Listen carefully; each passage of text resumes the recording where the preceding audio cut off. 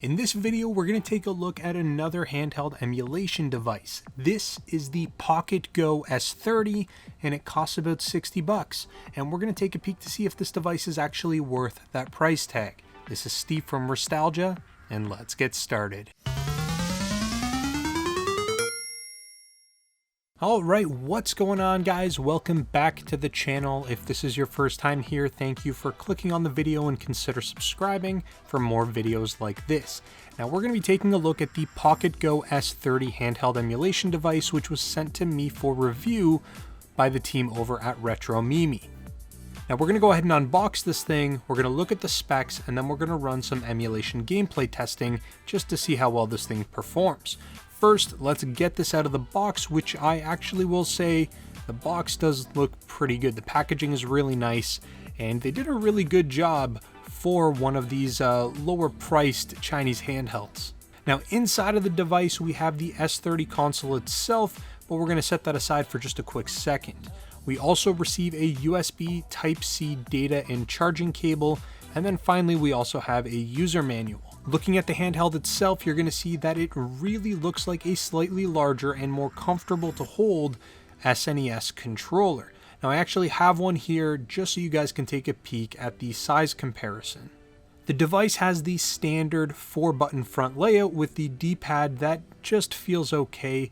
It's definitely not the best I've felt, but it's also not the worst I've felt for a product in this price point. Additionally, we have a single switch style analog stick below the D-pad, and we also have some really nice stacked L and R shoulder buttons.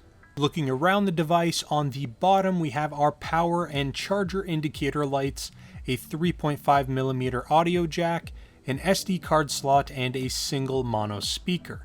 And along the top of the device we have a volume rocker, USB-C charge port, and our power buttons. In terms of the specs of the device, the machine comes with a quad-core all-winner A33 CPU clocked in at 1.2 GHz. That's coupled with the Mali 400 MP2 GPU and 512 megabytes of RAM. The screen is a 3.5-inch IPS display with a resolution of 480 by 320.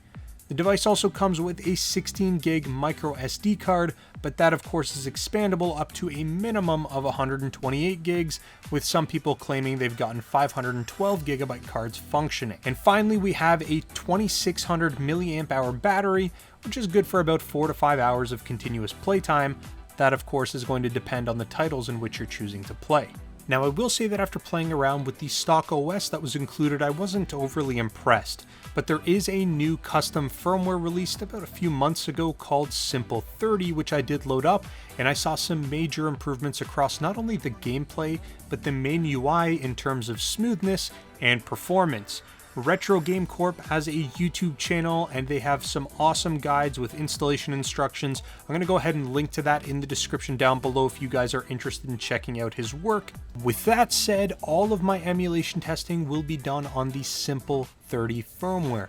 And although emulation was greatly improved, the chip running in here isn't the most powerful, so don't expect any incredible performance out of devices or things like N64, Dreamcast, or even PS1 for that matter. Another major flaw I noticed was that there was some hardware limitations that actually buffers the inputs and prevents quick and repeated button presses.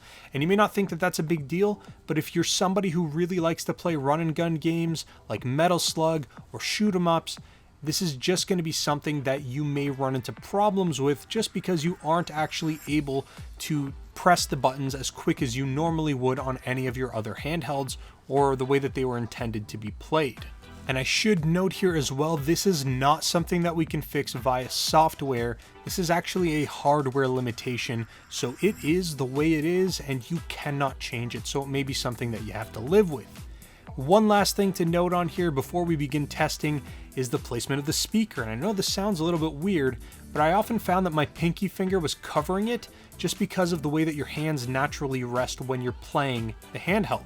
So this is kind of annoying, and I really wish that they had relocated this thing to maybe the center of the bottom of the device or on the top somewhere. But again, it's one of those things that it is what it is. So let's go ahead and jump into some emulation, and first we're going to do some Super Nintendo as always. This is a good baseline for performance on these types of handhelds, and this had no issues with any of the games that I tested, including the FX enabled games.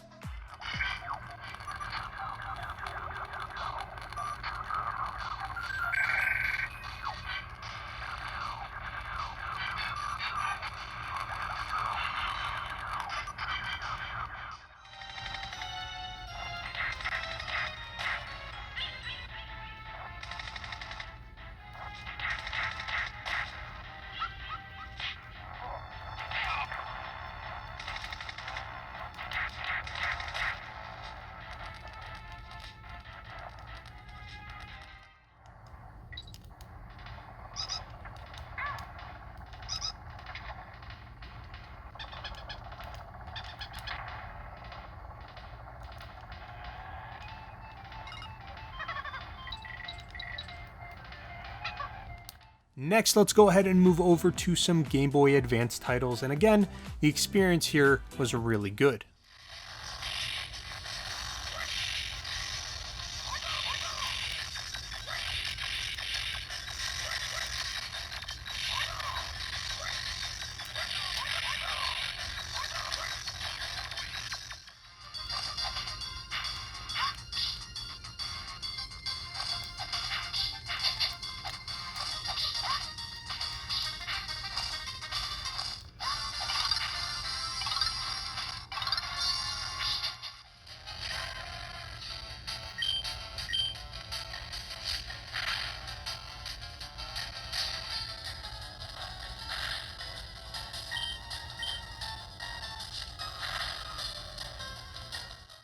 Moving on to PS1 titles, the device actually performs a lot better than I was expecting. Now, of course, we do get some occasional frame rate drops for the more advanced titles, but I didn't really find any game that I ran that I would consider unplayable.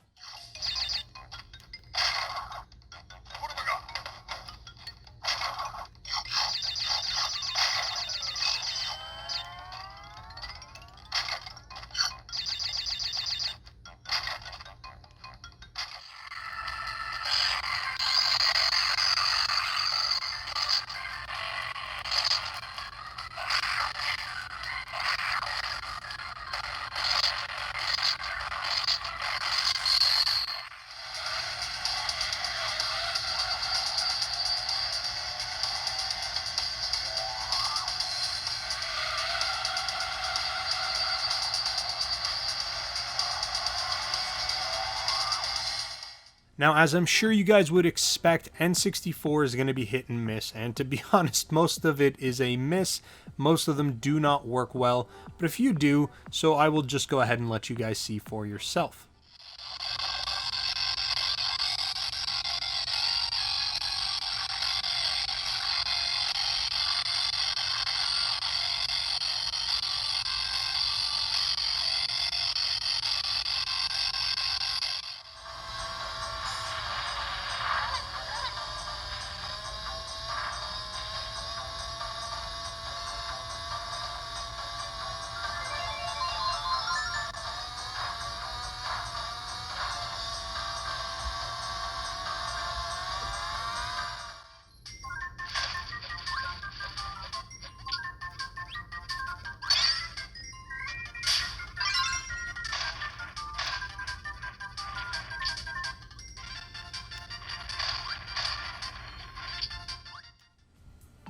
Now we'll shift over to some Dreamcast, and again, it's more or less hit or miss, but overall performance is better than I expected, and you can definitely play a bunch of really fun titles here.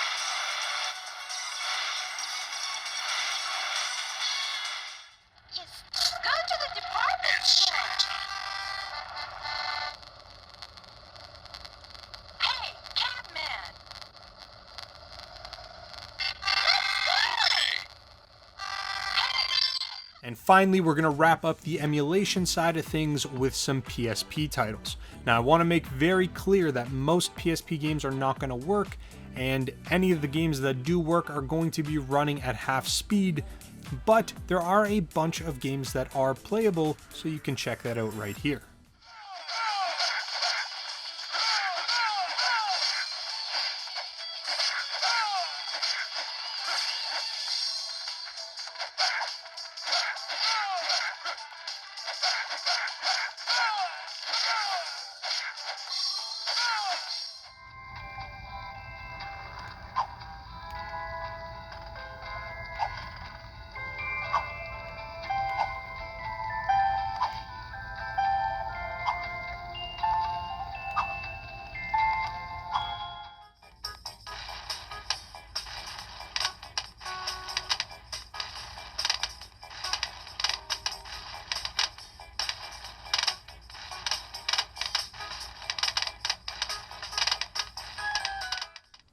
Now overall, this is actually a fairly good device, and for 60 bucks I would say that it's a decent little handheld, depending on the games of course that you want to play.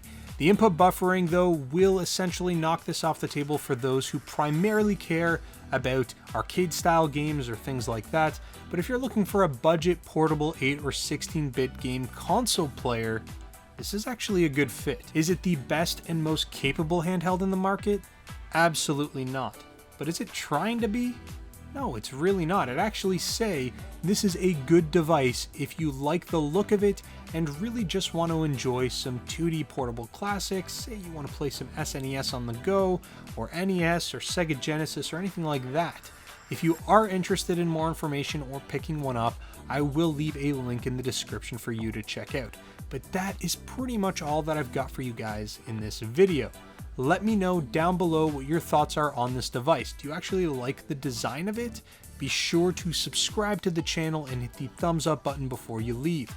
Thank you so very much for watching, and I'll talk to you guys again real soon.